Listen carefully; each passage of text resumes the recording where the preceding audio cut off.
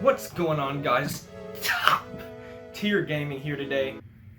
So I would just like to make a formal apology before I get into the rest of this video for the ladies and gentlemen at home who thought that intro was kind of whack. That is not my normal intro. Just thought I'd try something new, and I would just like to apologize for that obscene behavior. But anyways, getting into the rest of this video, I would just like to go over something I think is very, very cool in Yu-Gi-Oh! And that's talking about side deck cards.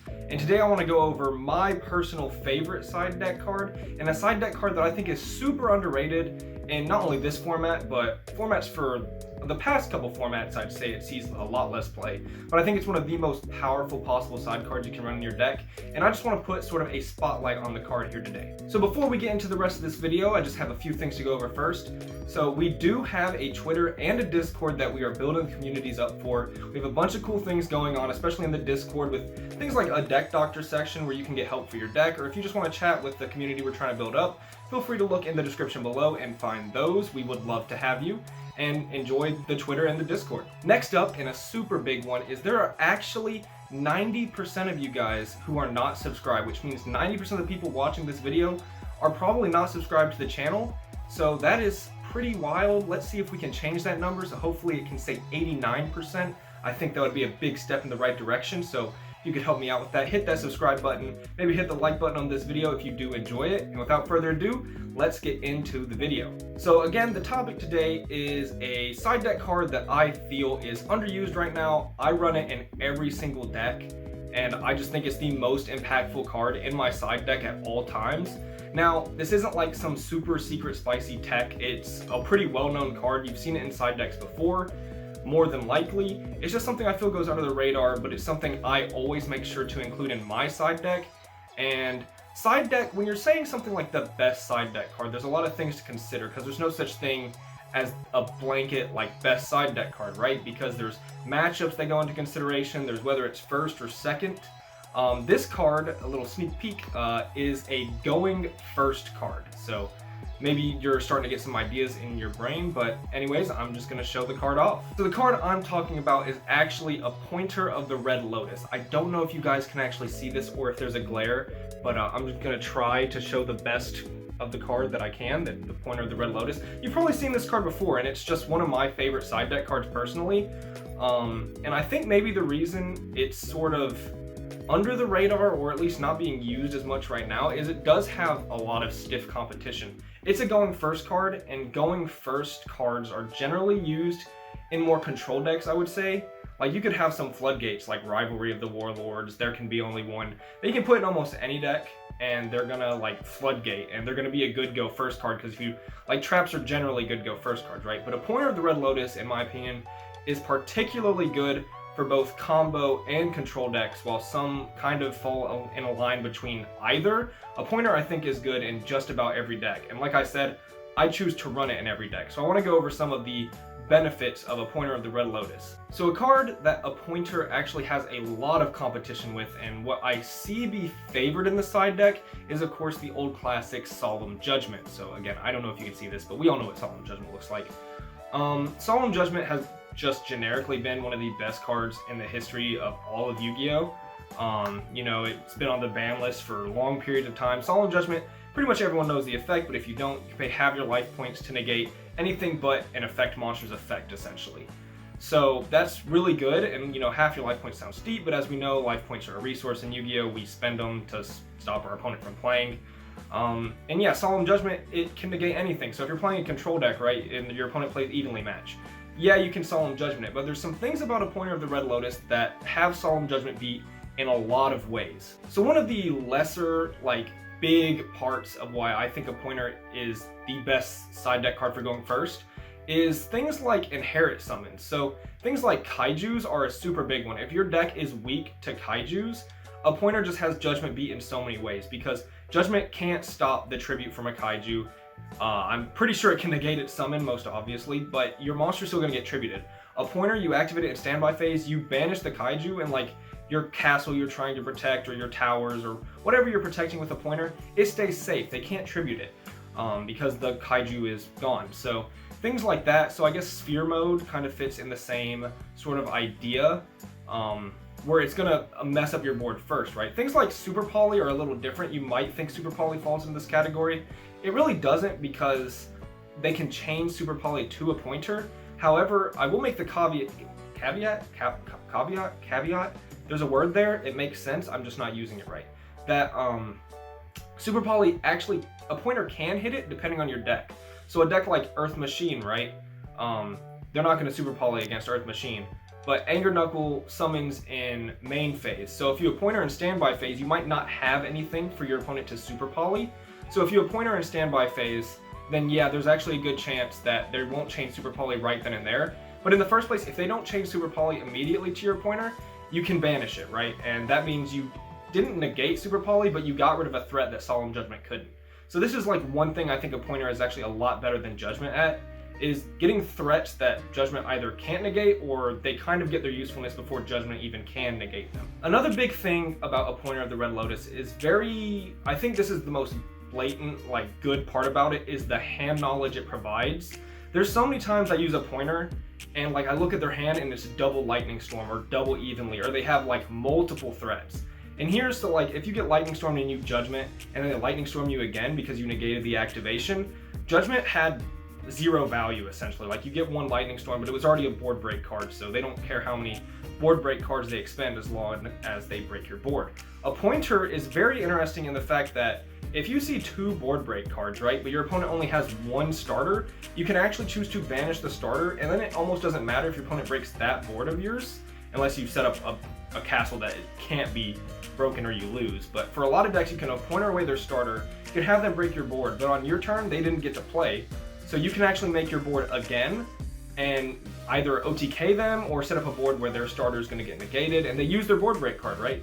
So, and Lightning Storm, this makes a lot more sense. Lightning Storm are evenly matched because they have cards on the field. Now they can't really do what they're supposed to do if they make a board, so you can kind of circumvent the fact that they have a second one with a Pointer by them making a board, right? So a Pointer can hit starters, which is very, very cool, because Judgment doesn't know. Like, you're going to negate the board break card with Judgment because you don't know what they have, but you can't have your board be broken.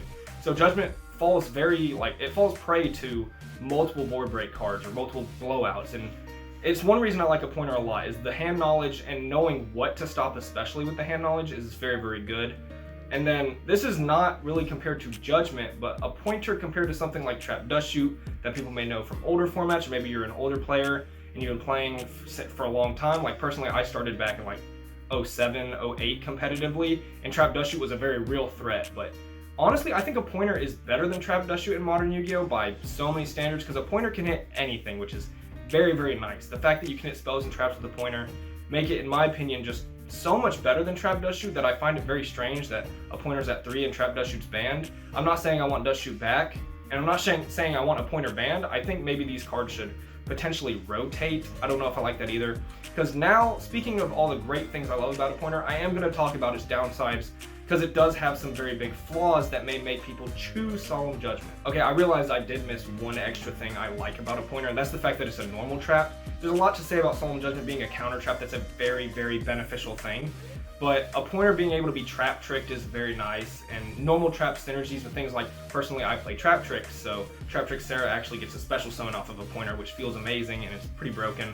But yeah, normal trap synergy does exist. There's a lot of things that work with normal traps, so that's nice. While it's not a counter trap like Judgment, normal traps do have their benefits. Anyways, back to the negatives of the card. I think the biggest one is the fact that it doesn't permanently out the threat, right? So Judgment, that card is in the graveyard. It's gone. You negated it, poof, graveyard, done. A Pointer banishes it for a turn. So if you're playing a very, very slow deck like Altergeist, or a control deck that can't push out a lot of damage, you can find that card coming back to haunt you, essentially, which, you know, is a downside of a Pointer in general. But in most Yu-Gi-Oh! Decks nowadays, you're either playing a slower control deck that can snowball and steamroll into unbreakable boards to where if they get the card back, it's probably not even going to matter. Or you're playing a deck that can simply OTK the next turn if your opponent did nothing. And while it is a downside, a Pointer doesn't permanently out the card, I feel like in modern Yu-Gi-Oh! Especially, that problem is almost circumvented by how fast the game is and how powerful decks are nowadays. So while it is a negative that I need to bring forward, I don't feel it's super impactful. The biggest issue I have with a pointer, and the one that does make it kind of where you need to pick what deck is playing it, is the fact that its cost is kind of steep in a way. So speaking of costs, obviously a pointer is most of the time going to be actually less of a cost than Solemn Judgment as far as life points are concerned. 2,000 is less than the 4,000 you're more often than not going to be paying with a card like Solemn Judgment. However, a pointer has the strangest clause. I mean, I guess it's not super strange, but rather it's just annoying. You have to reveal your entire hand. So while it is kind of annoying to like show your opponent your hand and you have like an Ash Blossom in it or an Nibiru, and now your opponent can play around the fact they know you have a hand trap, my biggest issue with this is you cannot activate a pointer unless you have a hand. So a lot of these control decks like to set their hand. And if you're playing a card like a pointer, you want to set everything because you're safe from cards like Lightning Storm or Harpy's Feather Duster or Evenly Matched. So you can just set your hand and you have the most possible interrupts to stop your opponent's board. However, with a pointer, you must leave a card in hand. Now this is completely fine if you have a hand trap, or more importantly, you're playing a deck that keeps a lot of resources. So a lot of decks can, like Dogmatica, if you send Titaniclad, you search Fleur-de-Lis at the end phase, meaning that is a card that a pointer will have so it can activate. However, if you're playing a deck like Altergeist and you don't have like Faker in hand, or you don't have any monsters and you're setting everything, you might not have a card for a pointer. Now, of course, if you're running a pointer, you're going to leave one card in hand. However, this does mean you're one resource down, and that's personally my biggest gripe with a pointer, if I have to point one out, is the fact that you need a card in hand can be problematic. But yeah, it only comes up every now and then. I haven't had a situation where I had to set everything, so I haven't felt this downside yet, but it's there and it's a pretty big issue, I think. So I felt like it needed to be addressed in a video about a pointer of the Red Lotus. Yeah, those are kind of my thoughts and opinions of a pointer. I know the card has a lot of competition as far as go first cards are. You have things like Anti-Spell Fragrance, Imperial Order, Solemn Judgment. These are like go first, very good protect your castle for back row decks. Or most Floodgate decks in general, or like even combo decks can decide like Anti-Spell and just be, you know, impervious to something. So yeah, it's really, there's a lot of powerful slots for go first, but I feel like a pointer's the best one. And I feel like my win rate after activating a pointer is like 95+%.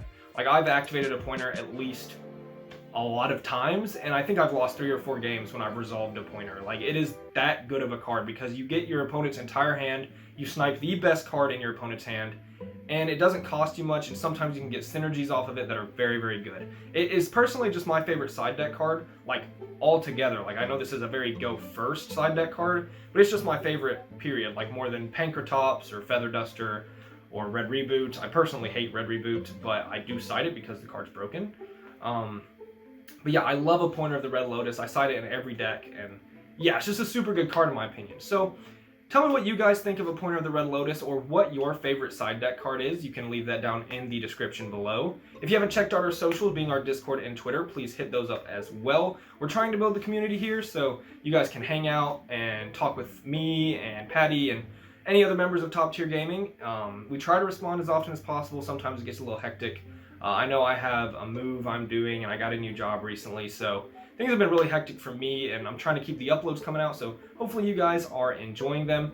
Leave down in the comments below what videos you would like to see, and yeah, this was Top Tier Gaming.